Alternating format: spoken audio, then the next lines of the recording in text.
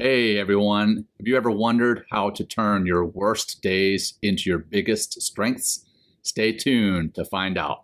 Raw, uncut, and unapologetic. Welcome to Men Talking Mindfulness.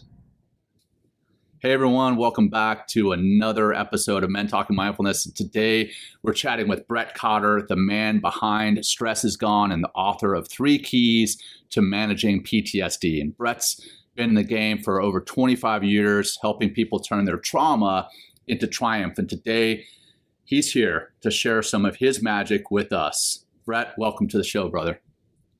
John, Will, thanks so much for having me on. I'm so excited to be with you guys. As are we. Are we. I know. We appreciate you being here, Brett. Hey, and we are back. This is our official first recording for season 9. I know we've released some other content, but we are in season 9. We are we're approaching 200,000 downloads thanks to all of you. And I think, what are we at? Like 179, 180 episodes or something, John? Like just incredible. So thank you everybody for being out there, listening and tuning in, but also like sharing everything Men Talking Mindfulness. And if you want to connect more intimately to our community, or how about becoming a sponsor, keeping our show alive, you can simply text MTM and in the phone number line, just put in 33777. So again, just simply in the message line, put MTM and text to the number 33777, and we'll tie you in to Men Talking Mindfulness. Or, hey, if you want to see other things that we have going on, we're going to be launching some meditation courses later this year. You can go to mentalkingmindfulness.com to check all that out. So great to have you all here.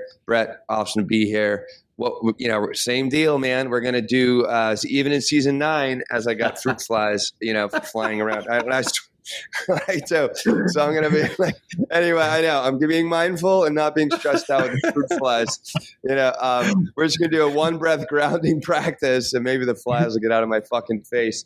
I'm just, right, again, exhale all the way out with that breath. Let it go. Feel the grounding of your feet as you exhale. And let's take one big, beautiful inhale. Fill it up a little bit more. And just hold that breath nice and easy for 3, 2, 1, and exhale. If you can find more of that grounding into the feet and just slow things down as you slow the breath down. And there we are. John, why don't you just jump right in? And it's great to be back, man. It's a little weird. I got to say, it's a little weird. Like, we have not recorded an episode together in over a month. So we apologize, a little rusty, but it'll definitely continually contribute to the authentic nature of our show, which keeps us going. If you're a regular, sorry, go ahead, Brett. Oh, no, Will's fruit fly situation reminded me of a story I heard of a yogi in India with all of his devotees around him with flies all around him, and he had a fly swatter. And every time he hit a fly on him, he would say, "Another fly in paradise." It's true. It's true. I know. And what's up with ahimsa, nonviolence? Flies. Like, who is this guy? Who is this guy? Anyway, I mean, here's my rule: if you attack me like a mosquito or fruit fly, I'm going to attack you. So anyway, that's just the way I roll. That's my rule for anything, not just fruit fly. Good point. Right, but we don't have to. Yeah. Anyway, so let's go. Yeah, I'll jump in here in a second, but I also have to say to our audience, to our community, if you notice a little bit something different in what Will and I have as our background, sometimes we have our green screens down and we have our logo, and it's much more kind of formal. I'm not on vacation. I was about to say I'm on vacation. I'm in between homes. We just sold one house and we're having another one built. So we're staying at my brother-in-law's place in Florida in Santa Rosa Beach, and enjoying the sun, enjoying a little bit of a tan. But I don't have everything that I normally have on my laptop. So hopefully this records properly and sounds good. And hopefully you guys can bear with us with our raw backgrounds. But hey, as the show goes, it's raw, uncut, and unapologetic. So I won't apologize for the background. I'm just making a statement about it. I know. I'm turning on my air conditioner and my fans. Like, I'm afraid I'm going to glitch out again. Anyway, this is just a mess already. Not a mess. This is Men Talking Mindfulness, everybody. This is how we roll. And Will, you would actually be proud. Actually, Brett probably too. I'm sitting on the ground. I'm not sitting on a chair. I'm literally sitting on the ground, legs crossed. So you may see me shifting around a couple of times, but I am grounded, quite literally. Yeah. You're evolving. Yeah. John. I am evolving. And all right. One of the things in our retreat that just ended last weekend, we had nice. 15 veterans in it, about 35 people altogether. And one of the things was life is sloppy. How do we deal with the slop? Right. Got it right. Yeah. Right. Embrace it. Or laugh at it. I think you can see we laugh at it a lot, and it really makes everything a little bit better. So that's it. That's to show everybody. Just laugh a little bit, and everything is going to be all right. Okay. We got to get serious here, John. All right. Ask a let's question or do something. That. So, hey, Brett, again, welcome to the show. Let's talk about how you got into what it is you're doing, and then kind of what drew you to helping people manage their stress and their trauma. Yeah. So since I was a young kid, I always felt like there was something more that we weren't seeing. I was always interested in psychology. Took my first elective my junior year in high school. And I remember being in that class asking Mr. St. John, who was my teacher, saying, I have a fear of heights. My uncle, who was in Vietnam, he was in the Navy, he used to hang me upside down over like these small bridges and mountains by my ankle and like pretend he was dropping me. Right. Oh, and I said, do you think that has anything to do with my fear of heights? And he's like, absolutely. So that kind of like was the first time I started to connect the dots between my behavior and my past. And then I studied psychology in college. And when I moved to California, I realized I had a big issue around relationships. I was like a jealous, angry mess after the 18-month mark, right? And all of my relationships, when I look back on them, had the same pattern from 18 months to 3 years. Jealousy just came out. My teeth came out, right? And I started meditating. And then crazy sequence of events from California, I got connected to a healer in Sedona, Arizona. I drove out to him that weekend from Orange County, California, did a session with him. And within the first 5 minutes, cellular memories bubbled up from my body to my conscious mind of my father and mother arguing when I was 5 years old. Wow. And it was the same exact way I argued with all my exes, every single one of them. Wow. It was where I absorbed in the blueprint. Right. And just to summarize that story in another minute, it was like once that memory popped up, I felt all the jealousy, then the rage. Once that released, I started to feel the sadness underneath it. And when the sadness released, I felt all the fear of abandonment. And when that released, I was free of that pain. It left my heart, my solar plexus, and my stomach. That took about 90 minutes. Since that day, that was 25 years ago, jealousy's never ruined another relationship. So it changed my behavior 90 minutes later. So ever since that day, I've been like a moth to a flame to this work.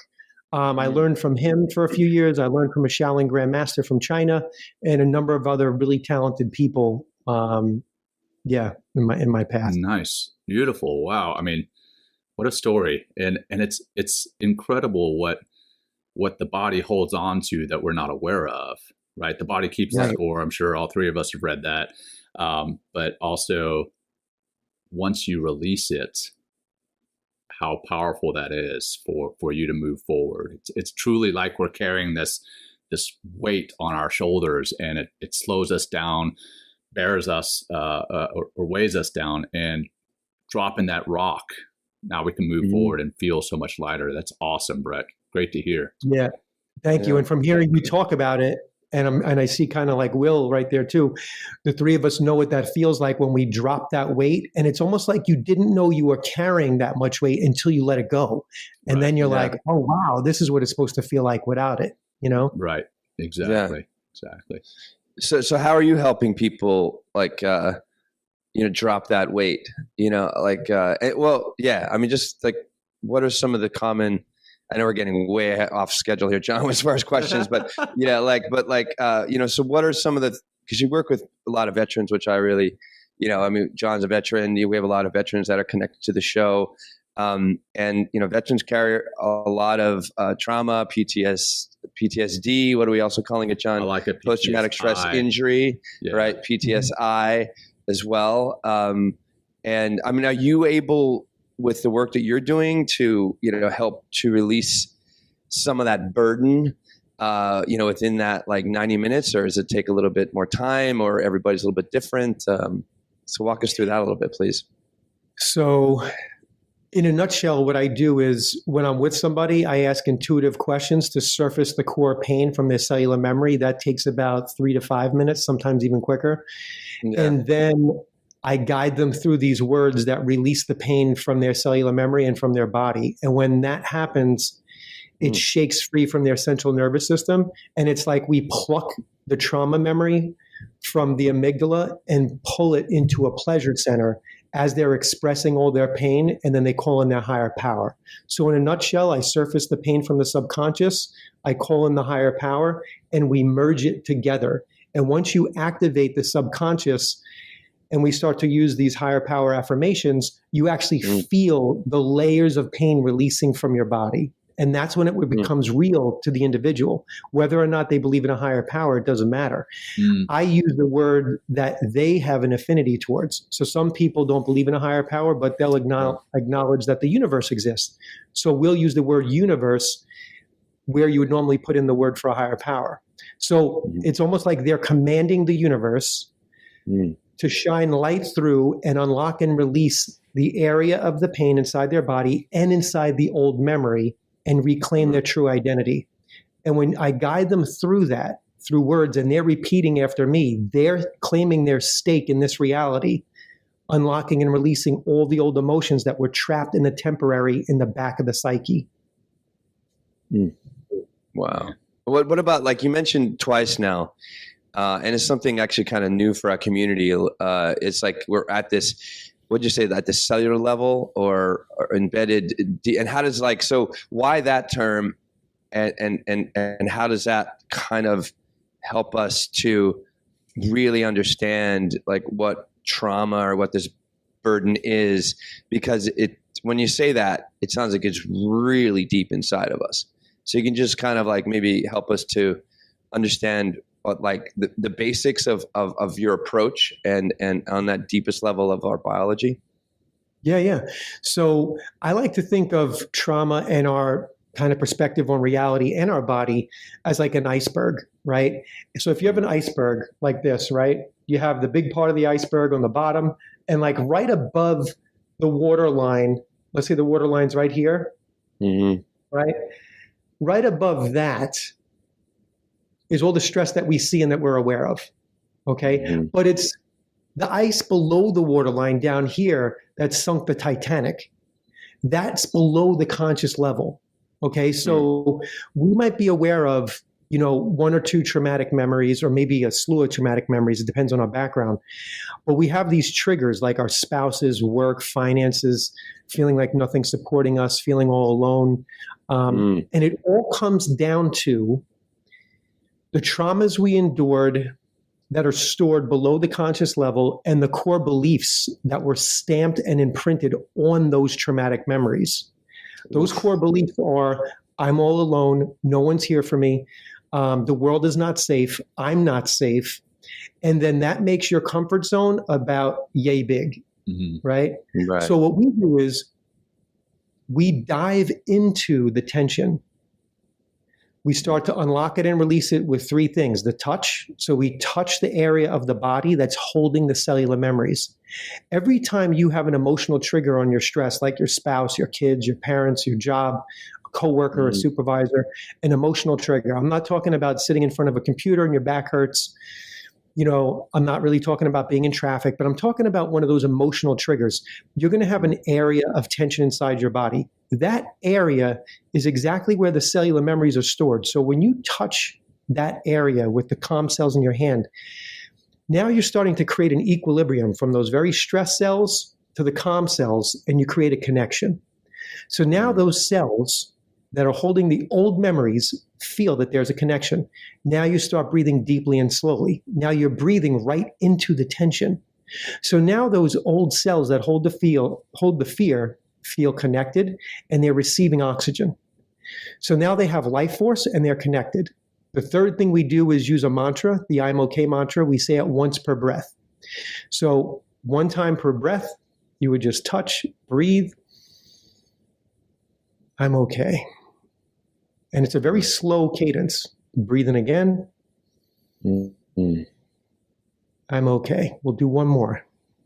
Breathing again. I'm okay. By 3 breaths, you might feel your heart rate start to relax. You're breathing a little bit deeper. Your body might feel calmer. So what we do is we use this technique to activate the relaxation response, and that disengages the fight or flight reaction. Yeah. So I teach veterans and I teach folks that suffered from severe trauma that technique, and then we apply that technique to heal the past. So we go into those old memories, the original traumatic memories, and you use that technique to repattern the emotional energy inside the memory in 2 ways. Mm-hmm. Yeah, in 2 ways. First, you just think about it, and then you feel the stress, and then you move your hands to where the tension is.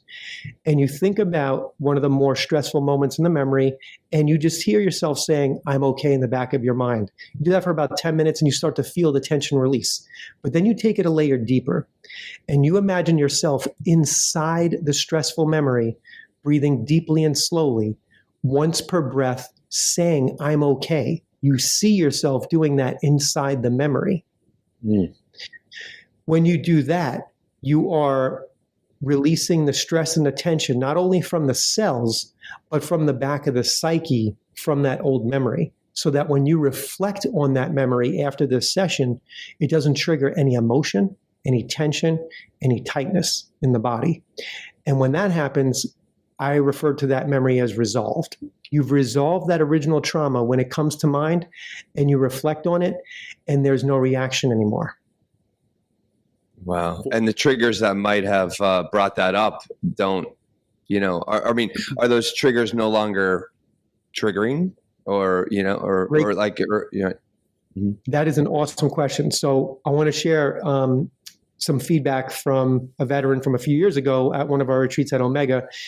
She texted me 2 weeks after the retreat, and she's like, I think something's wrong. So I called her, and I'm like, what's going on? And she's like, my husband and my boss are saying the exact same thing to me that they were saying before I left, only I'm not saying anything back. I have no emotional response.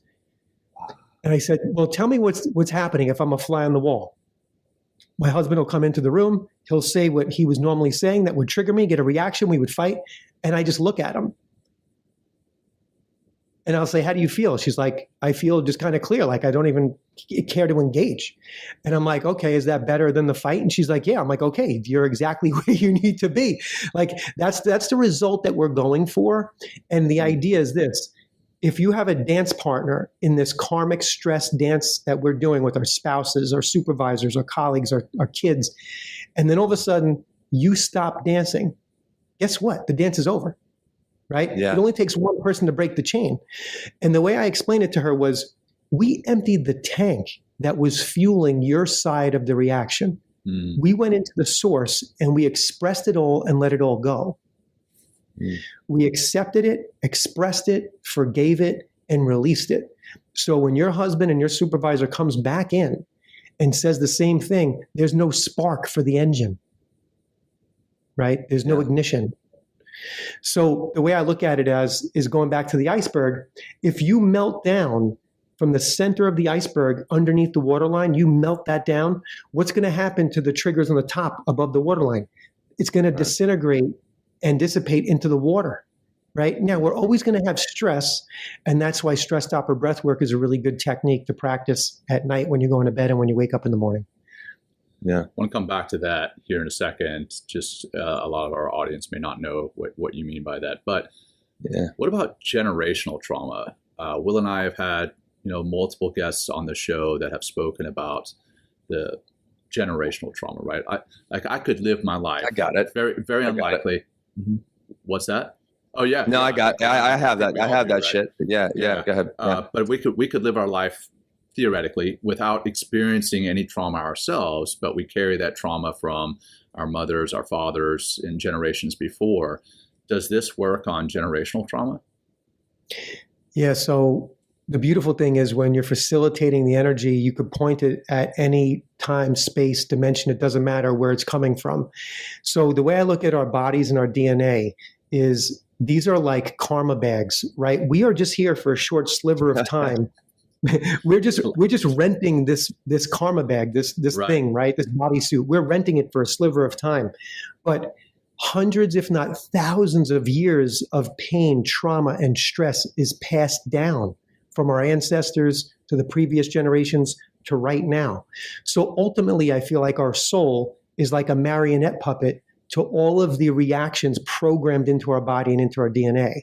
Yeah. So what I found is when you get to the original trauma and you bring the unconditional love in and the heart opens up to it and you connect it with love, because that's all pain wants, is to be loved, then it totally changes from constriction to expansion and we're free of it. When you get to the core root of it and you do that, all those traumas start to fall like dominoes.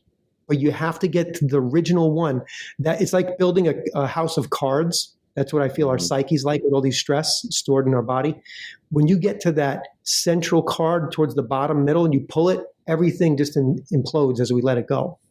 Right. So there's generational trauma. There's people that have let go of memories from being on slave ships in my work. There's deep generational trauma just from the jealousy component that I inherited from watching my parents, just from my father's side, right? I'll talk about that for a second. So my father had a very tough life. He grew up around the block from my mom. And when he was 5, his mother committed suicide in the house. She hung herself in the basement. Oh my God. My father was then raised by an alcoholic dad who was verbally abusive, not physically, but verbally abusive. And then he enlisted in the Marines right around the time of the draft for the Vietnam War. When he had like 2 weeks to go, his older brother, who is his hero, Gary Cotter, died in a car accident. My Uncle Gary was a Golden Gloves boxer at the time, like toughest guy in the neighborhood type of guy. Was like my father's like go-to person in the world. So my dad flies back to make the funeral, but he missed it by a day. He missed the burial by a day for his brother. The military, the government made him go back to finish out his 2 weeks in Vietnam. Now, to this point, my father was an M60 gunner. He already got malaria. He already got jungle rot. He was cutting out jungle rot from his foot to stay in the jungle. He was cutting it out with his knife just so he could stay in the jungle to be with his brothers, right? When he was forced to go to a ship that was like a hospital for malaria and some other issues he was having, when he came back, his whole entire group that he was with was wiped out. The entire group was gone. Oh my God. So when he came back, when he had to go back for those 2 weeks, he knew he wasn't coming home, right? He just went back saying, I'm going there to die, right? But he did come home. He married my mom, had the two of us, had, my brother John and myself. And when my father became a New York City firefighter, right, in the late 70s and the 80s, being a New York City firefighter was like a hurricane of self-coping with alcohol, drugs, partying, right? And he got sucked into that hurricane big time. So my mother divorced him when I was 6. Getting back to the generational trauma. There was one night when we were very young. I wasn't aware that this happened until I was older. My mother told me when I was asking her about my father after he passed. She said that he broke into the house. He took her downstairs, threw a belt over a rafter, and was about to hang her. Oh, okay. Wow. And my mother said, God help me. And then he looked at her like he saw a ghost. And he said, what'd you say? And she said, God help me. And then he ran out of the house like he saw a ghost. So that conversation came up, one time when I was talking to my mom, and I was like, Dad felt like his demons were bigger than him. And she's like, Brett, you have no idea. the demons that he had and what he faced. You have no idea. And the generational trauma is so deep. You know, when I said like we are marionette puppets from those traumas and reactions and actions that are programmed into our DNA, I'm not kidding. It takes like hedge clippers to cut through some of those cords to break us free from the pain that we inherited. Mm-hmm. Guess what? Everyone born here is innocent. We inherit all this deep level of shit from generations past. That is, you know, and just this weekend, within 10 minutes, a veteran, I saw it shake free right out of his central nervous system. And he's currently writing a testimonial. He said that more than 10 years of therapy, he's done ketamine, a bunch of different things, and those are all really good as we're on a part of our healing journey, right? But he said nothing was like this experience that took 10 minutes. Wow. And what I saw was all of his pain literally shake out of his central nervous system and release when we were doing the higher power affirmations and facing all of his survivor's guilt. He was facing all of his survivor's guilt because, and this is what I want to say to anyone with survivor's guilt. It's a super real thing, but I want to say this one thing, which is super important, which also helps set him free. Every soul that comes to this planet has an agreement with the Creator. It's when they're born and when they leave. That is between that soul and the Creator, when they are born and when they leave. Period. The end. The folks that are around other souls when they leave, it is traumatic because it is part of our human programming. When we see someone leave, we want to make sure we ask ourselves, did we do everything that we could have done, right, to ensure they couldn't leave? So this way we protect somebody else. It's like a caveman old programming, but we're caught in a catch-22. And I want to let you know that it is not your fault. It has never been your fault. Every soul has a predestined date and moment that they're born. And when they leave, you have nothing to do with it. You are just a player on the stage, but that is their agreement with the writer, producer, and director, not you. You have your own agreement. Mm-hmm. Wow. I think you helped me understand original sin a little bit. Like, cause I was always, you know, cause I was raised Catholic and baptized and stuff. I'm like, what do you mean original sin? Like, you know, I'm like I'm a sweet young kid who hasn't done a thing in the world, but I'm born with original sin. I guess that could be the generational trauma that you're referring to. I don't know. I mean, I don't mean to get like kind of, religious here, but anyway, it's just like, sounds like that. Those two things are the same. You just gave me goosebumps because that's exactly what I'm talking about, Will. Our souls come here innocent and we are rolled over by a thick layer of carpet karma. It's almost like a thick carpet of karma that is imprinted on our soul. And as we go through life, we start to experience some of the heartache, the shame, the guilt, the pain, and all those reactions activate in our DNA. But that's all working together to bring us to a place where we can hopefully go underneath it all and unlock it and release it by finding ourselves in those deep moments. And ultimately, it's coming back to this one truth that I'm aware of, like I'm aware of that I'm alive. And I'm also aware of that there are two forces in the universe. There's expansion and there's contraction. 99% of the universe is expanding. Love feels good because we get in flow with the universe when we are in love, because love is expansion. Pain is contraction, and it feels like shit because we're going against the flow of the universe. So when we dive into the pain and we open up the unconditional love and you feel it coming from within, not from a pill, not from a yoga class, not from the bar, not from a meditation even, not from anything, but you feel it open up from the central column of your being and from your heart. And you love that pain because all that pain ever wanted was love. You become one, not only with yourself, but also with the universe in and all around you. So ultimately, my message is love is the answer. Yeah, I don't know where you go from there. I mean, that seems like a good place to end the episode. But we're only about halfway through. I love that, Brett. But I want to shift a little bit we're talking a lot about trauma. Obviously, that's what we're here to talk about. But a lot of that trauma is obviously either in our own past or generational trauma, like we just talked about. What about anxiety? Anxiety about the future, and then you see, the tagline at the bottom there is self-harm prevention. What are some things that people can do, not just to help to heal trauma from the past, but potentially develop their resilience for stress and anxiety from the future? What a great question. And, I'm just loving this conversation, guys. And try and reel me in. I go off on tangents, but that's what you're here for. Thanks. We will. So we have a technique called the anxiety freedom technique. And this has been a lifesaver for me, right?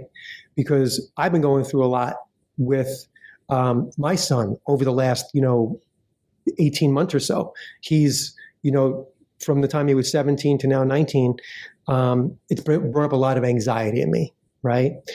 So this is a technique that I developed when COVID started, when I heard about nurses and doctors in the parking lots crying before and after their shift. And then when they get home in their driveway in their car, crying uncontrollably because they were facing a tsunami of stress and they didn't have any answers for it.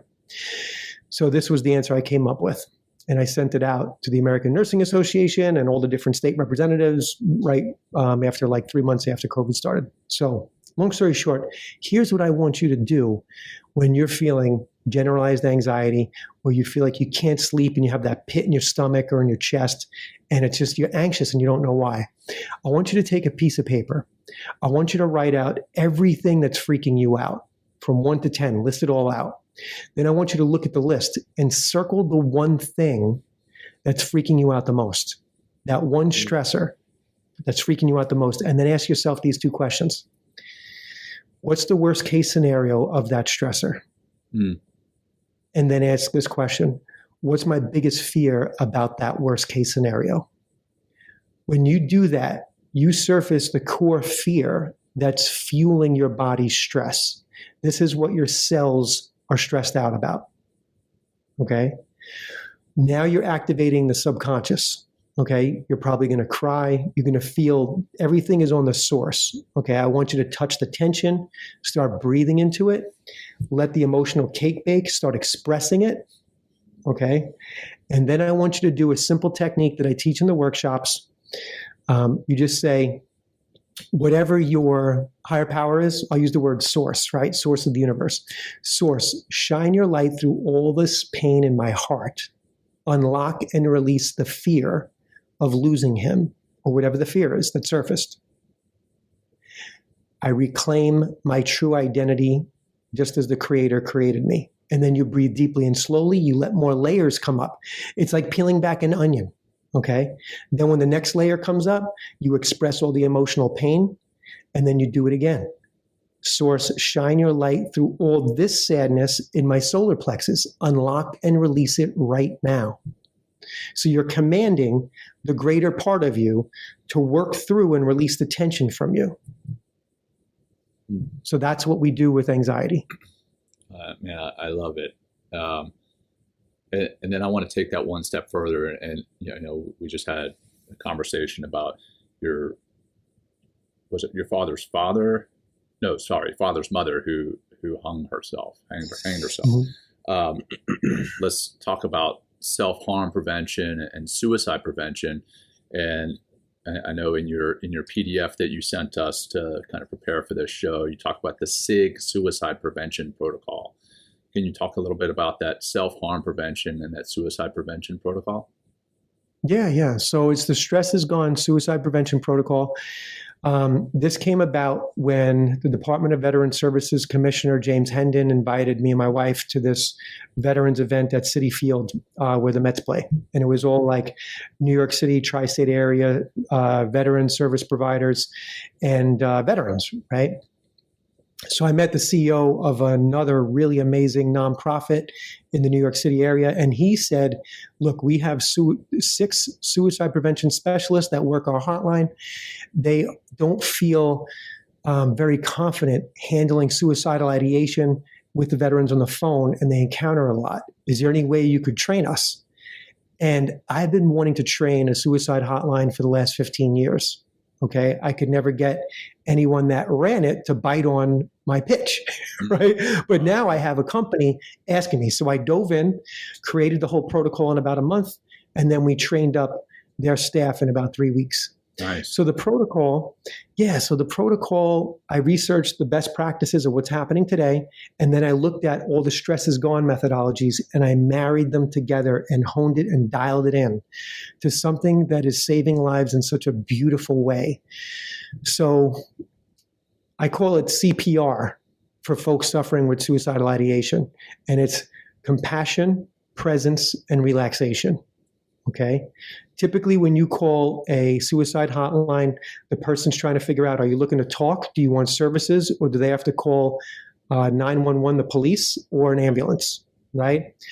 So what we do is we do have our risk assessment questions, the same one that they use. And, we have our whole protocol of how to call 911 and do all that stuff. But what we do differently is we ask a number of questions that open up plumes of their emotional pain and help them release it. Okay. So I'll give you an example. Let's say a veteran calls the hotline and they are really upset. And we just say, oh my gosh, please tell me more. Now they start opening up at a different level. And then you say, wow, I want to hear everything. And then you let them go. They say whatever's coming up. And you say, that sounds really painful. What's the hardest part to talk about? Now you're digging deeper. And you let them go. You let them talk. You let them express, right? And then you say, my God, what is your biggest fear about that? Now you're unearthing what their body is freaked out about. Okay. Yeah. Now you have surfaced that core fear that's driving them, that's activating all their death drives. Okay. Once we have that core fear on the table, then we start to encourage them, just saying, I'm right here with you. I'm not going anywhere. Do you happen to feel any tension in your body? And then we bring them through the TMR technique to release the tension from that core fear, the area that has a cellular memory, and any other flashback memories that pop up while we're talking to them. And then we teach them Stressed Upper Breathwork. The cool thing is I'm training local crisis lines, so they can actually schedule the veteran to come in the next day. Nice. One nonprofit takes it a step further. If the veteran doesn't want to come in, they'll send somebody out to have lunch with them in their neighborhood, which is like the next level of where I feel suicide prevention, especially for veterans and first responders, really needs to go. Yeah, no, absolutely. I mean, if a veteran or anybody for that matter is at that level where they're calling a suicide hotline, their ability and their desire to go and have coffee with someone, to actually seek them out, to go to them versus have somebody come to them is significantly different. So that's fantastic that Veterans Service organization is doing that. Will, I've talked quite a bit here. I'll turn it back over to you. No, I mean, the technique that you're developed and working with and helping people with, I like how you just let them talk. And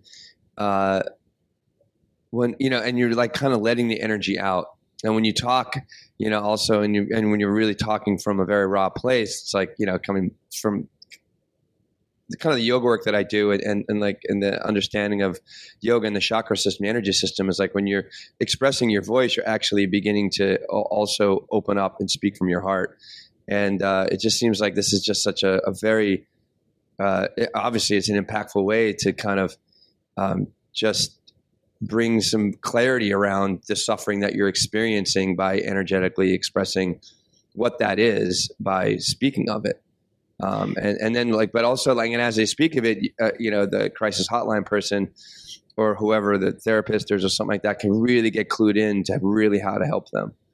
Instead of, sometimes just trying to put everybody into the same, way of fixing them or something like that. So it just, I love that the method is unique. I mean, to the individual, but also really meets them on that energetic level in which they're struggling at and on. Right. Yeah. I mean, I love how you put it. And I feel like you definitely understand and can see the process and connecting. Yeah. So one of the things that we train our crisis counselors in is less is more. Listen, empathy, and sympathy. With no judgment and no interruptions. Right. No judgment, no interruptions. Right. And the key there is in our training, and we actually have veterans come in that have called the suicide hotline that, you know what I'm saying? We start off role playing with each other, and then I play the veteran, and then they play the veteran for each other in teams. And then we actually have veterans calling in and coming into our training rooms. And the main thing that I train the counselor for is to embrace and release their own stress when they hear the worst case scenario coming from the other end. Because what happens is, when a crisis line representative or suicide prevention specialist hears those words, I want to kill myself, I'm thinking about killing myself, I have the means, their body goes into a stress reaction, okay? And now they start reacting. They start jumping in, they start doing things from a stress place. And that makes the matters worse. It's almost like throwing gas on a fire, right? So what we want to do, and what I teach people to do, is anytime you're getting upset, while you're listening, you touch the tension, breathe deep and slow, and release it so you can be present. That's the CPR: compassion, presence, and relaxation, right? Mm-hmm. Yeah. So the counselor enters the conversation compassionately. They maintain and anchor in their own presence so they can really observe the person's pain coming up. And then the relaxation component is they tailor the technique to release the pain from the individual's body and their mind. So it's been something that is truly saving lives. It's the most rewarding training that I do, because I know the folks are doing the work. It's like spreading out. It's like a positive fractal in the universe. And I feel it's spreading out in a place that is so needed, right? And the feedback has been awesome. The results have been awesome. I've trained two different staffs so far, and everyone's been great. They do it with their family at home, right? So when you have teenagers that you're have tension with, one of the trainees taught their 8-year-old son, who was getting anxious before he goes to school, and he went to go wake him up, and he was doing Stressed Upper Breathwork in the morning by himself. When he went to go wake them up. So kids, it really has a positive impact on children, teenagers, and the familial relationships between mother and daughter, father and son. You know, it really is helpful just to like not judge, just listen and lean in with like that childlike curiosity and compassion of just wanting to witness. Yeah.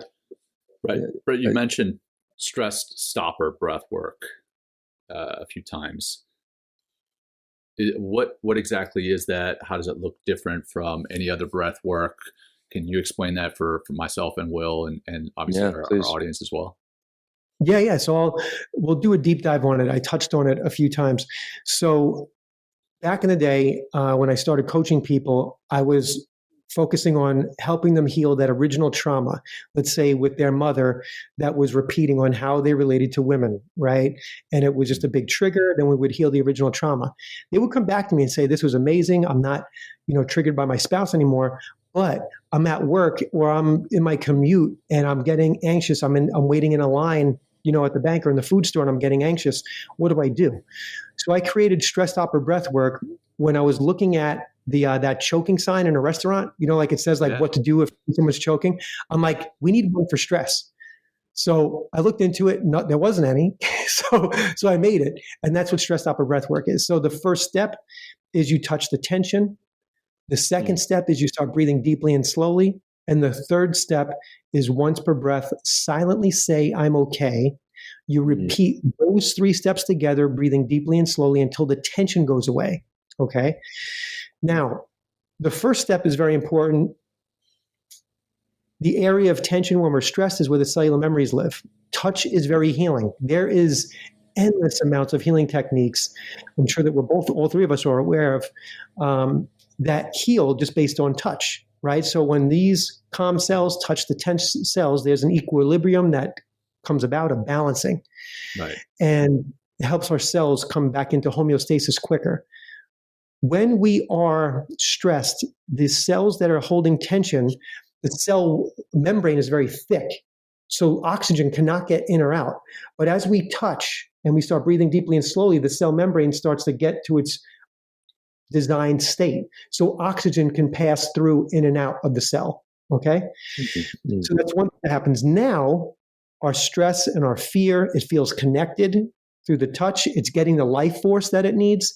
And then once per breath, it hears the soft mantra, like a soft whisper of the universe, I'm okay.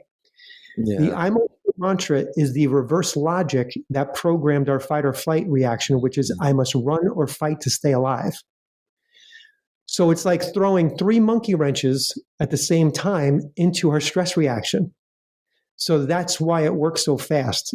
That's what I believe, it works so fast. And I submitted the scientific data behind those three modalities working at the same time to the American Institute of Stress in 2012, and they certified the technique.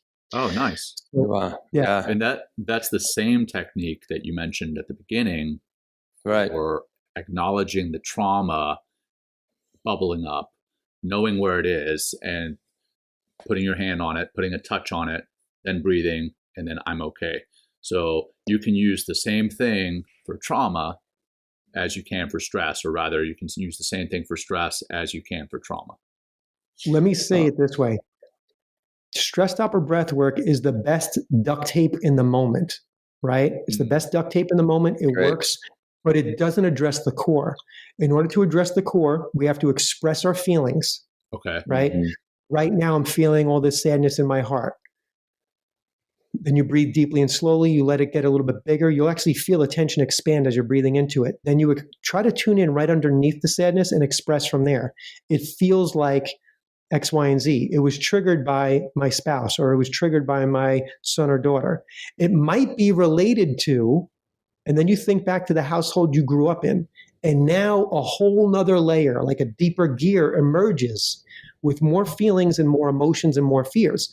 You do the same technique. You touch it, you breathe deeply and slowly, and anywhere between 5 and 15 minutes, the tension starts to release. Your cells have been waiting to do this. It's our minds that identify with the pain. Any pain anyone ever experiences emotionally, mentally, is coming up to leave the body. The issue is, it's a catch-22, because as it rises, our mind identifies with it and we push it back down. Mm. So the idea is this: as it arises up, whatever's coming up, my life was a waste, right? Everyone's better off without me. Nothing's working. Whatever's coming up, going right into the tension, breathing deeply and slowly, embracing all your emotions that come up, expressing all of your thoughts, identifying with nothing, none of it. Letting it all just come up and go, because it will. The body knows how to do this. We just have to train our brain and our mind to do this. And eventually it becomes like a chimney. You have logs in the fireplace and everything just slowly burns out and it goes into the atmosphere and is gone. And then the chimney's clear and there's no logs left. There's only ashes, right? Mm. So that's the open space that we create when we get to the original stuff that was bothering us. Yeah, I love your metaphors and your analogies and your acronyms. You're talking to a military guy, so the acronyms are big for me, and the metaphors helps me to kind of envision it. So go ahead. Yeah, thank you. I just want to make a comment, and then I have a question, about some misconceptions about trauma. But like, I love when you're accessing and feeling where that pain is, where that sensation is, or where where you're being triggered physically, and then speaking to that place, I'm safe. You're kind of like, we're getting, come back into the energy in the body, like we're getting in to the deepest level of our energetic self, which is like our root. So you're getting almost to the root of our existence by saying I'm safe, because we don't have that, like, down in our, back to more, I don't know why you have so much yoga is coming up today, but it's like we're energetic beings, and you're speaking in an energetic way. And our lowest energetic, not state, but lower energetic chakra is our Muladhara, it's called, and it's our sex, food, and money. So it's our basic survival, and it's our safety. And if we don't feel safe at our deepest energetic level, then the rest of our energetic system is out of whack, because we're not really grounded into a sense of safety. So I guess it's like, I could see it's like almost like linguistic programming in some ways, or like, you're using positive affirmations to speak to yourself in a way that reminds you, like, that we are safe. And when we have that energy and that experience of being safe, I'd imagine allows everything else that's getting in the way or of us being safe just starts to slowly disappear. I mean, that is such a great point. And personally, I feel the karma of humanity is to love the pain in the body, to set us all free. Okay. So what we're doing with this work is identifying where the pain is, embracing it, letting it talk, giving it a voice, not trying to shove it down, letting it come up gently, lovingly, just like in the suicide prevention protocol. We're letting everything come up, but only now we're doing it on ourselves. We're letting all that pain come up, and then we're breathing underneath it, breathing even deeper and slower, unlocking and releasing the pain from where it hooked into our cells. And ultimately what we're doing is mentoring the body through the mind, right? We're mentoring the body through the periphery and through the interface of the mind, right? But ultimately, it's our consciousness that is doing this, right? Yeah. And the ego is what will fight this work tooth and nail. So I'll give you an example. When your core pain comes up, or any pain, and you touch it and you say, I'm okay, your pain goes, bullshit, I ain't okay. And then you let all that resistance come up too. And then you breathe into it and you express more of it. And then you come back to the I'm okay mantra. Ultimately, one of my favorite mantras is I'm alive. Okay. Because that's the ultimate truth that's probably the only truth that I know. I'm alive. It's true. Right. That's all I got. Right. I'm alive. Right. You know what I'm saying?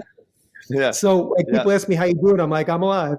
So, but snarky motherfucker, I'm alive, dude. All right. No, just kidding. Sorry. But seriously, what I mean? So I'm sorry. Yeah. When my cells are like, want to fight me, and my ego wants to fight me on it, I breathe deeply and slowly, express that. So I'm not trying to cover up any pain, any emotion, any negative thinking. We're just venting it all out. That's all. Yeah. Powerful. Really powerful to release that energy. So what are misconceptions? Exactly. That's where we're going. Yeah, of course. Yeah, I was getting there, John. I'm on it. Yeah. So I mean, we've talked a lot about the energy of trauma and just the energy of experience. What are some common misconceptions about trauma and its recovery? I'm sure you see a lot of it out there with different people you're working with. I mean, you've already been having a lot of success with your own protocols. So what are some maybe misconceptions that you continually fight against in order to really, do the good work that you're doing? The problem is Groundhog Day. Mm-hmm. We live in Groundhog Day. And what I want to say is this, we have between 12,000 and 60,000 thoughts every day. Mm-hmm. 75% are negative. 95% of those are repeating from yesterday. Right. Yeah. We live in Groundhog Day. Our ego and our survival system in this bodysuit, in this karma bag, has chosen to do exactly what we did yesterday to get through today. Right? So we work like clockwork. Okay. We were designed to survive like clockwork, only living in an overpopulated planet that has a ton of stress and anxiety in it and trauma in it. We're caught in a catch-22 where we're living, rinse and repeat every freaking day. So I feel like the biggest misconception is that you can't let go of it quickly. Like every time I talk to someone that has like 20 or 30 years experience in the mental health field, except the true ones that are really open. There's this woman, Dr. Pamela Hall in Orange County, California. She's one of the real ones. She's worked with, she set up to like 40,000 veterans or something crazy. It's amazing. She's just like, I'm not worthy. Like I put her up there, you know what I'm saying? Like she's one of those. We did a live like 6 months ago, and we chopped it up. And, but for the most part, when I come across with people with a lot of indoctrination about mental health and this and that, people feel that you can't let it go or it's going to take 10 years. It's a falsehood. The spirit wants to work through you. The energy that's ready to heal you is waiting to get through. Once you surface the core fear, you've activated the subconscious. Now the whole universe is listening to you. You become a player. You're like at the plate now. Now, if you start to command your own divine essence or source or the universe or God or whatever you want to call it, to shine light through and unlock and release that tension from within you, guess what, my brother? Guess what, my sister? You feel it unlock and release. You feel layers of the onion just whoosh, whoosh.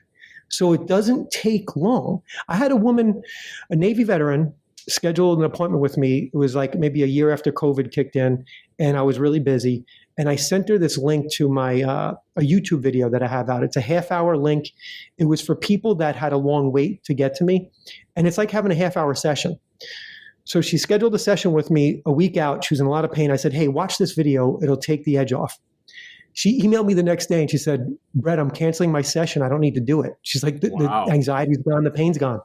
So like, it works. Just the only thing that blocks us from healing is our own beliefs around not healing.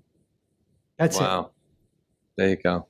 That's one of the big misconceptions. Well, being so attached to our pain, being again, Groundhog Day, right? I mean, we are sad. We are in a great ways and obviously very destructive ways, creatures of habits. And if we are not aware of our habits and therefore all the energy that we put in behind our habits, and all those habits are just driving our actions and continually you're coming back and looping those emotions again, and we're just like living maybe a trauma-filled life and experiencing the same results. It's like, how can you ever get out of that?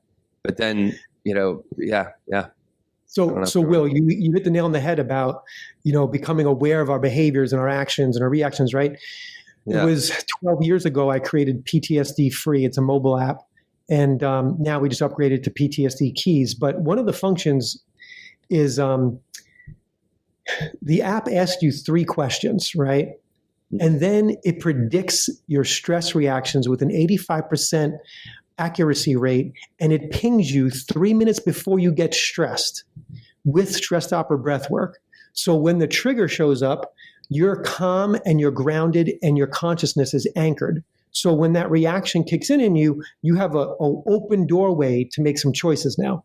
Are you going to let the animal body react, right? The body, the mammal body react and take over and hijack your consciousness? Or are you going to take a few more moments, breathe deeply and slowly, and then address the stress with your consciousness? Respond to it with authenticity. So that app works with, again, predicting your stress reactions, right?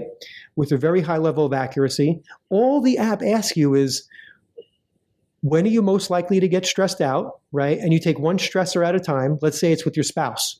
And you think, when do I most likely get stressed with my spouse? Okay, it's when I'm coming home from work. It's when we're getting the kids ready for bed between 6 and 8, whatever, right? Then what days is it the worst? It's the worst between Monday and Wednesday, because Thursday and Friday, she's working late and I do it all on my own, and it's just a little bit better on those days. So then now the app knows when you're most likely to be stressed. Most of our stress is like clockwork, like what you said, because we're creatures of habit. We just never thought of it that way. Most of it is like that. The only random ones are the ones like, and again, nothing's random, but the random ones, if like someone cuts you off and gives you the finger in the car or whatever, stuff like that, right?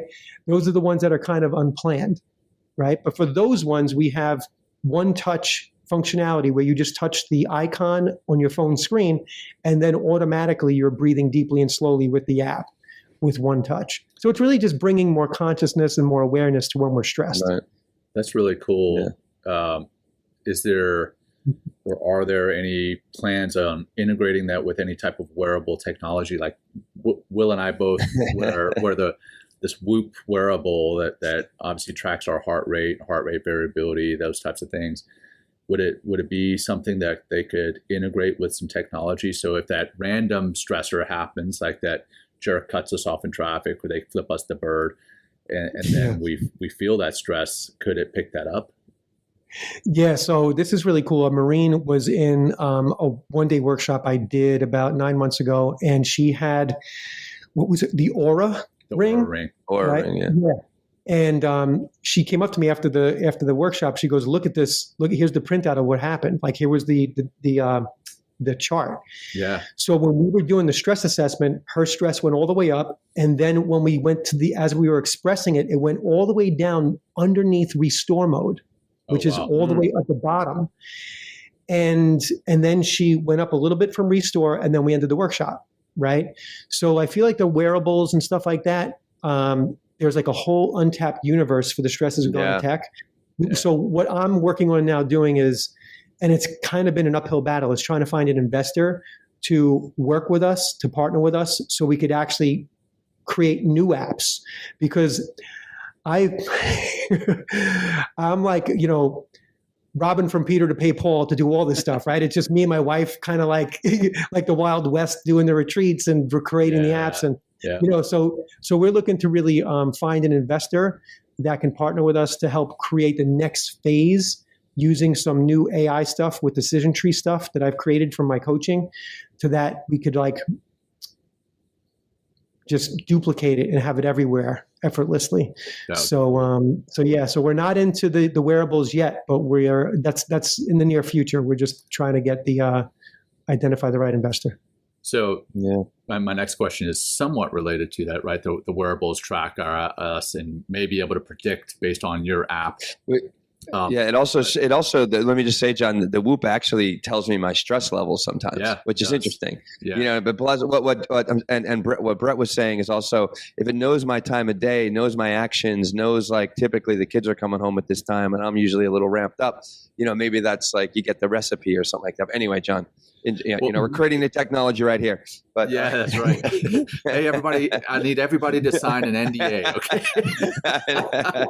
All right. Yeah, don't say anything. So, let's stop recording right now. So I was thinking, in predicting the future, but let's talk about knowledge of the now, right?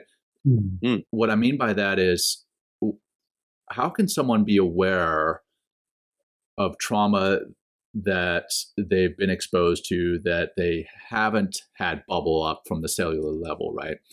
And then if they are not even aware of it, what are the effects of long-term? What are the effects of not addressing trauma, past trauma? Yeah, so it's a really loaded question. So I feel not addressing trauma shortens your lifespan. Oh, wow. And it decreases the quality of your life and of your relationships. Sure. Right? How many people have you heard say, I feel like I'm alive, but I'm not living, or something along those lines, right?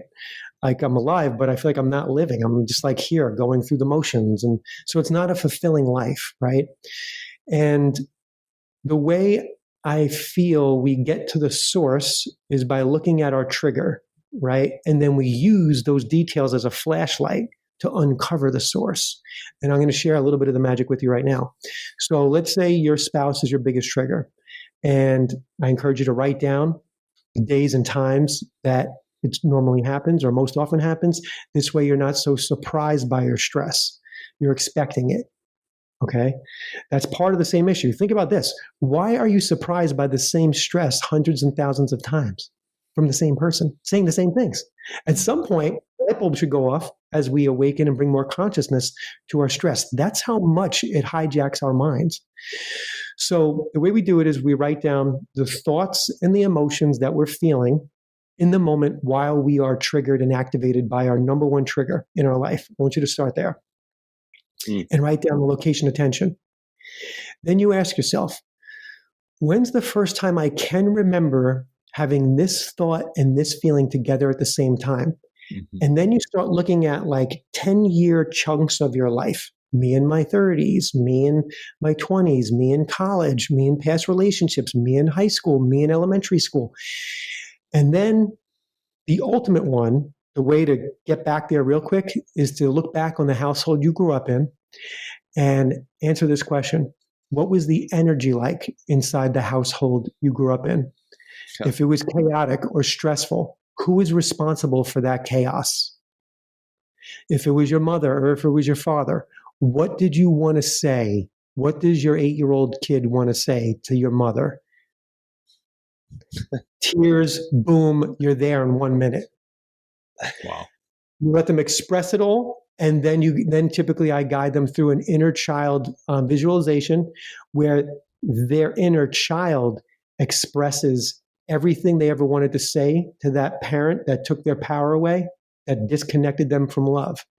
Then they reconnect with their own sense of self-love, look that parent in the face and say, I don't need you to love me because I have God in me.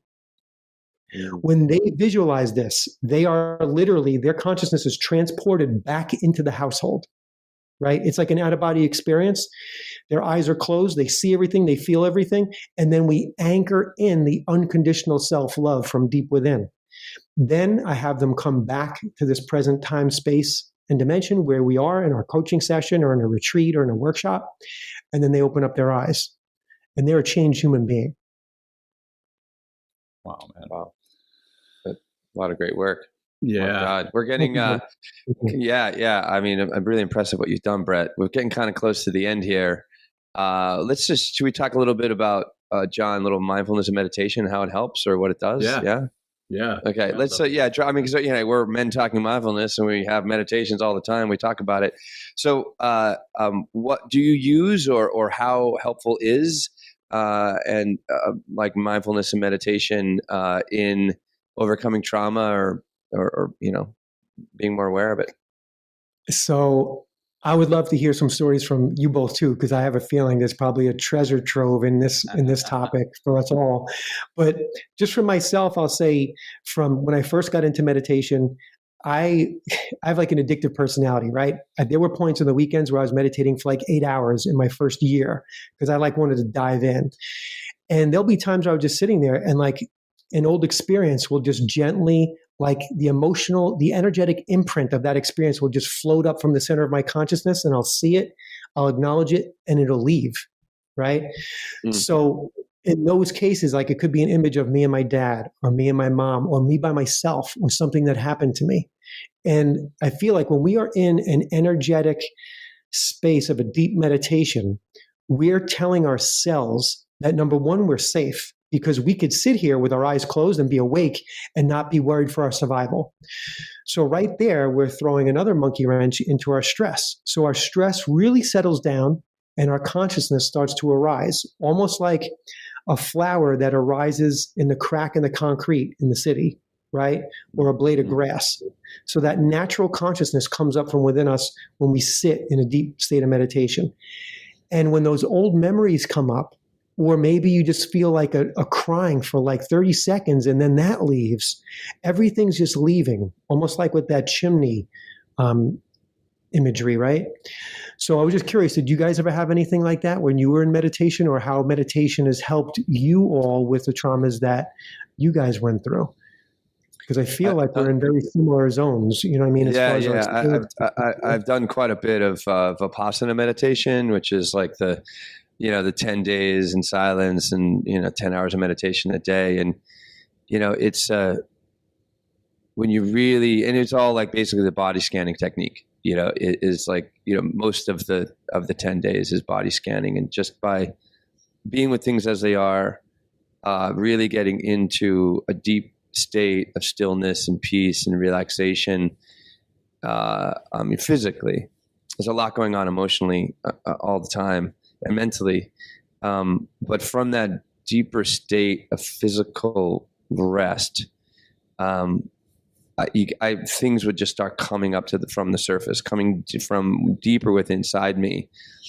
And I'm able to just, they kind of like bubble up, like you're kind of from that cellular level or from whatever, from my consciousness or from the energetic, layers of just, they call them what Sankara, right? Layers of trauma, layers of stress, layers of like deep, maybe suppression of my experience.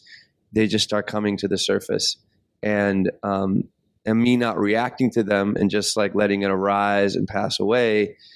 It just starts to heal me slowly because instead of pushing, suppressing, or fighting with whatever that energetic, emotional experience, whatever that physical experience could be, because it could be either, or that mental anguish I'm experiencing.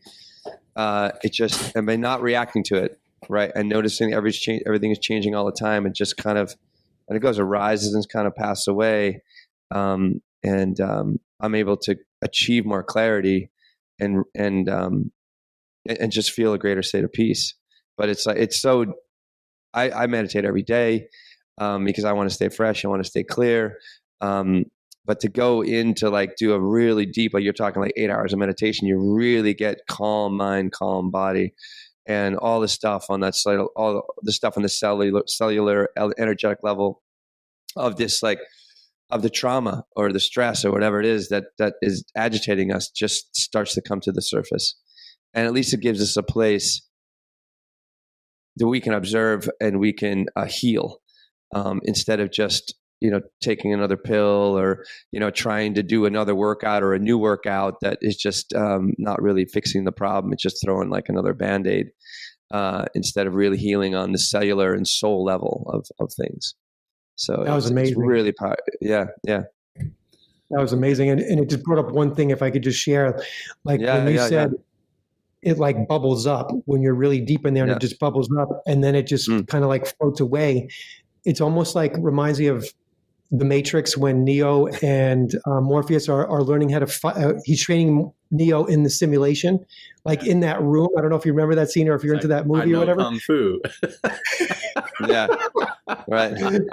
So I feel like the meditative space is like a simulation for us to observe it and come up and leave the way we're supposed to do it here in reality. It's like a safe simulation where we can't really get hurt. And you said it so perfectly, it bubbles up and then it comes up and it leaves.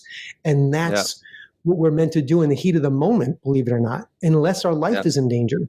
Unless our life is in danger, that's when our fight or flight comes in perfect. If I'm walking in the city and I hear a horn beep on my left and there's a bus barreling down on me, and then I jump back and land on the hood of a car, that's a great stress reaction. But the 99% of all the other ones suck. You know what I mean? It's just hurting us. It's not helping us. But that was a great explanation of what you kind of shared there, Will. That was awesome. Thank you. Well, bringing up the Matrix, but even in that scene, doesn't he says, come on, there's something about let go, right? Don't hold back, right? And that's so key to all of this. It's we really need to surrender. We really need to let go in order to get down to that deeper level of our consciousness, to get deep into the essence, you said before, of our humanity. And when we get to that level, right, there's just, and I've seen it, I've experienced it in meditation. There is a deep state of happiness, of harmony, of bliss, of gratitude that is in every single cell of our body. And if we can access that deep inherent wisdom that's in every single one of us, that's in every single one of our cells, that's when we can really start to heal. But in order to get that, in order to do that, we must slow down. We must meditate. We must get to know our breath. Without those, I don't. This is the only way. This is the way that I've learned to heal, and what I've learned to continually stay fresh, and the platform that I continually create in order to grow and get beyond the stuff that it doesn't work for me, and grow into something that does and works not just for myself, but just for everybody. It helps me just become a better man and a better teacher and a better leader. And another gem, you brought up the idea of surrender. Yeah. Hello, this is the key for us, you know what I'm saying? And to all my military, well, I'm a civilian, I'm not a veteran, but I want to say to all the brothers and sisters that have served, are serving, when it comes to this, surrendering is just surrendering the reactions of the body. That's the only thing you're surrendering, right? And we are not the body. We are the thing that controls the body. We are the thing that control. Are you the driver or the car? When you get into your car, you don't become the car. You are the driver, right? And I'll just 30 seconds to just prove my point. If you close your eyes and you imagine moving your right arm in a certain way, and then you move your arm in that certain way, right? Are you your body or the thing that decides how to move it? Right? Are you your body or the thing that decides how to move it? So when we surrender, all we're doing is surrendering those guttural, primordial instincts Habitual. and reactions of the body. Yes. Yeah. Wow. And the old programming. Yeah. Right. I'll touch so on John, I would love really quick. Yeah, really quick, but I know we're coming to the end. It really, for me, has to do with judgment. I judge myself a lot for the trauma that I have, and then I judge myself for the feelings that I have about that trauma. And when I go into a meditation, yes, they bubble up, both the feelings and the trauma themselves. But also what I've found is I'm able to let go of that judgment through equanimity. Like I say, you know what, this is how it is. This is how I am in the here and now. And of course I feel this way based on what I've experienced, what I've felt. Of course I feel this way. And when I can give myself some grace through that equanimity, that's when I feel I can let go of some of that trauma. And that's been hugely helpful for me is I don't judge myself as often. So that's surrendering, I guess, in a sense as well. So absolutely. Absolutely surrender. That is so deep, John. Yeah. That is so deep because of the density that you've walked through. Like the emotional weight that us civilians go through, it's deep too. It's deep as hell. But I feel like you guys and gals that have been in the military, you walk through something and you experience things that we'll never be able to relate to fully because we weren't there with you. And when you say you're there with those feelings, I'm in awe.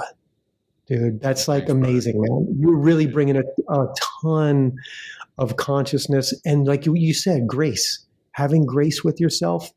And I feel also like just letting those feelings have a voice, not like shutting them down, just letting them have a voice. I refer to crying as the emotional car wash. If you don't cry, the windshield gets a film of dirt and you can't see through it. We can't see through it. We're caught inside of it. But when we cry, the emotional car wash, now we can see out the we can see out the windows, the windshield. We see where all the controllers are. We can see what the road is. It's like a whole different level. So my hat goes off to you and to all you and everyone that's watching and all the service. And my heart goes out to all of you, your families, and everything you guys go through and all you guys go through. And everyone in Will's path, spreading the love, the joy, and the consciousness and all the work that both of you guys do together. I'm truly honored to be on this freaking show with you guys, like from the bottom of my heart. You have no idea. It's an honor to have you here, Brett. Thank you so much. And to wrap it up, just before we get our breathing exercise here, and I also got to tell you guys, I'm running on battery here, and I've got 7% left. So hope we get through this. Turn down your screen a little bit, John. Turn down your screen, man. Okay. It's all the way down. Okay. No, wrap it up. So real quick, what are some things that you're working on right now, Brett? How can we support you? How can our audience support you? And how can they find you if they're looking for you? Yeah, so stressisgone.com. We have our next retreat at the Omega Institute, August 18th to the 23rd, coming up in about a month. And we have veteran scholarships. I'm not sure how many are left because I think they've already given out a number of them. But I would just go to eomega.org, and then you'll see the workshop. You could apply for the scholarship and also reach out to me. My number's on the website. Ask me any questions. My email is brett@stressisgone.com, Brett with 2 T's. Our Instagram is Stress is Gone. Our YouTube is there. Nice. Dive into the Stress is Gone universe because we have a ton of free resources. I mean, a ton for stress, anxiety. We have the PDFs. We have the videos. All that stuff is free. And then we have service offerings that go up from, like $15 a month to the big retreats and workshops and stuff. Yeah. Amazing, man. And we'll make sure all that's in the show notes. And now I'll turn it over to you to wrap it up with maybe a 2 or 3 minutes closing practice for our audience. I'd love it to be longer, but I want to make sure it doesn't die. All right. So I invite anyone that's listening to this, if just to get comfortable, lie down on your back, place one hand on your heart. Obviously, we can't do that right now, but lying down on your back, placing one hand on your heart, one hand on your belly button, closing your eyes, focusing your mind on following the airflow as you breathe deep and slow. Identifying any areas of tension inside your body. Just imagining you could breathe right through the center of the tightness. Gently unlocking and releasing it as you breathe deeply and slowly. Allowing thoughts to arise, gently refocusing your mind on following the airflow, coming back to the breath, breathing deep and slow.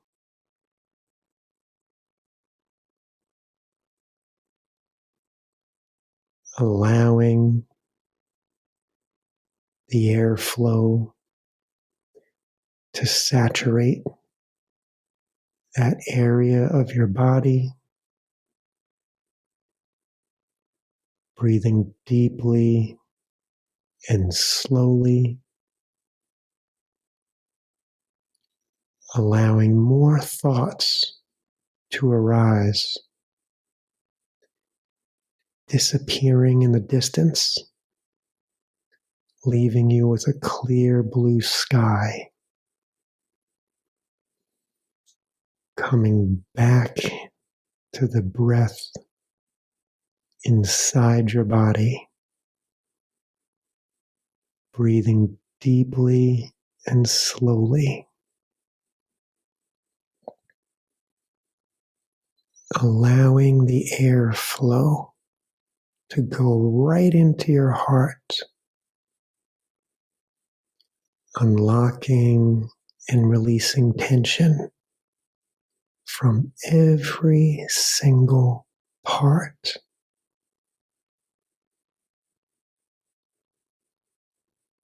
Bringing you deeper as you breathe even slower.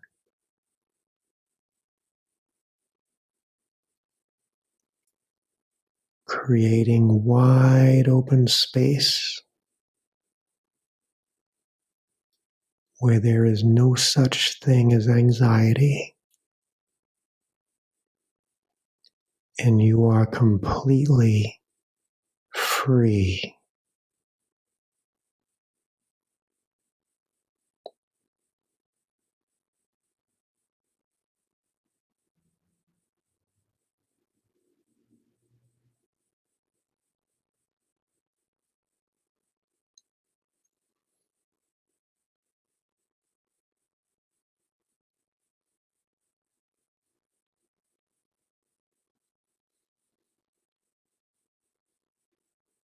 Allowing that open space to expand inside your mind and body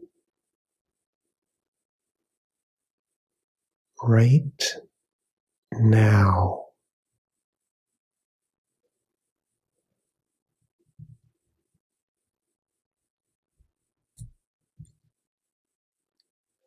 And beginning to wiggle your fingers and your toes, your ankles and your wrists, your knees and your elbows, your shoulders and your neck, and open up your eyes when you're ready. Awesome. Thank you so much, Brett. This has been a wonderful experience, wonderful interview. Really appreciate everything that you shared with us today. And I know that it's going to benefit us. It's going to benefit our audience. And it's been fantastic having you, Will. Yeah. Hey, great way to kick off our next season. Thank you, Brett. Diving deep into,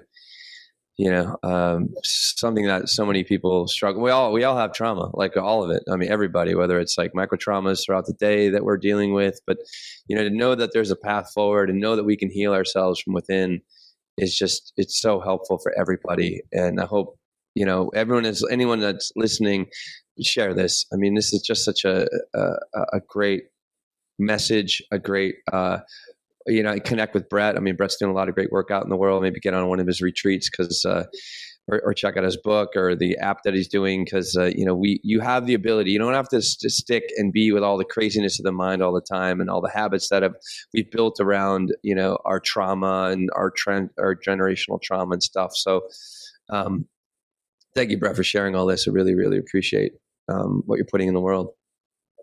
Thank you so much, guys. This was so real, man. Thank you so much. And really honored to be here. Any veterans out there, please go to stressisgone.com if you're struggling. And even if you're not and you just want to connect. And anyone that's hearing this that manages a crisis line that wants to train their suicide prevention specialists or their peer-to-peer counselors, their vet-to-vet counselors, please reach out to me at stressisgone.com. That's one of the most rewarding things that I do in my life is train those folks in the suicide prevention protocol. So I look forward to connecting down the road. And again, thank you guys for everything you shared and your life's path and your journey and the work that you do here. Pleasure, brother. Thank you. Yeah. And until next time, everyone, take care. Yeah. Peace. Hey, thanks, John. Thank you for joining us today. We hope you walk away with some new tools and insights to guide you on your life journey. New episodes are being published every week, so please join us again for some meaningful discussion. For more information, please check out mentalkingmindfulness.com.